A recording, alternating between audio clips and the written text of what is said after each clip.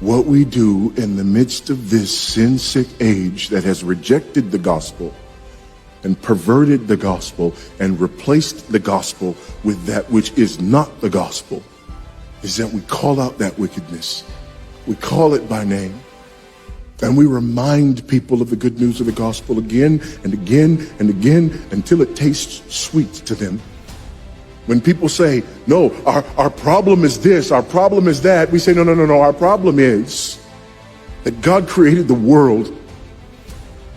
And God created man, and he put man in the garden to keep the garden, and he gave the man a command. And he held that man to perfect, perpetual obedience to that command, and he promised him life if he kept it, and death if he didn't. And he didn't keep it, he ate. And because he ate, because of that one man, sin entered the world, and death through sin. And everyone born from that man through ordinary generation inherited that man's sin nature. And because of that sin nature, sins proceed from it. And our world is broken because of that sin. And we stand guilty before a holy and righteous God. And we know that he's holy, and we know that he's righteous, and we crave justice. But the problem is that if God gives us justice, we all die. And so that God, in his goodness and in his mercy, sent forth his son, who was not born of ordinary generation, but was born of a virgin. Yes, the virgin birth matters. Why? Because if he's born of ordinary generation, he's born in sin. But because he's not born of ordinary generation, he's not born in sin. He's clean of sin. His record is clean. And he keeps his record clean. And he obeys God's law. And because he's fully God and fully man, he obeys the law of God on our behalf in his active obedience. And then in his passive obedience, God made him who knew no sin to be sin for us. All we like sheep had gone astray.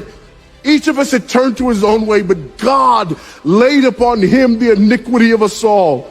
And Christ died for sin once for all, the just for the unjust. And God imputes our sinfulness to him. And he nails our sinfulness to the tree. And Christ dies and raises again on the third day for our justification. And there's another imputation. The righteousness of Christ is actually imputed to us so that God can be both just and the justifier of the one who places faith in Jesus Christ, so that all those who come to Christ may enter in, so that all those who place faith in Christ might be saved, but not only saved, but sanctified, because he's the firstborn of many brethren. We're justified and we're adopted into the family of God.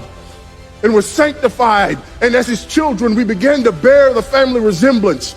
And we're further sanctified throughout this life by the very same gospel that saves us. Until one day when it's all said and done, we're not just saved from the penalty of sin. We're not just saved from the power of sin, but one day we're glorified and saved from the very presence of sin.